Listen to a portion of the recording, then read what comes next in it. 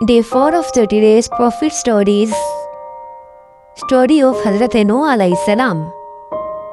हज़रत नूह अलैहिस्सलाम अल्लाह के नबी थे। वो अपनी कौम को सालों तक अल्लाह का पैगाम देते रहे। एक दिन नहीं, 10 दिन भी नहीं, बल्कि 950 साल तक। लेकिन लोग उनका मजाक उड़ाते थे, उनकी बात नहीं मानते थे। फिर अल्लाह का हुक्म आया, एक कश्ती बनाओ। तो लोग हंसने लगे। उन्होंने कहा, रेगिस्तान में कश्ती? लेकिन हज़रत नूह अलैहिस्सलाम को अल्लाह पर यकीन था। फिर एक दिन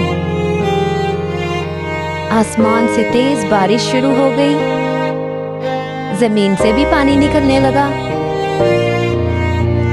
और देखते ही देखते हर तरफ तूफान आ गया।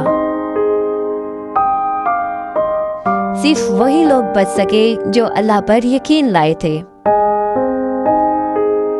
याद रखिए, लोग आपका मजाक उड़ा सकते हैं, लेकिन अगर आप अल्लाह का रास्ते पर हैं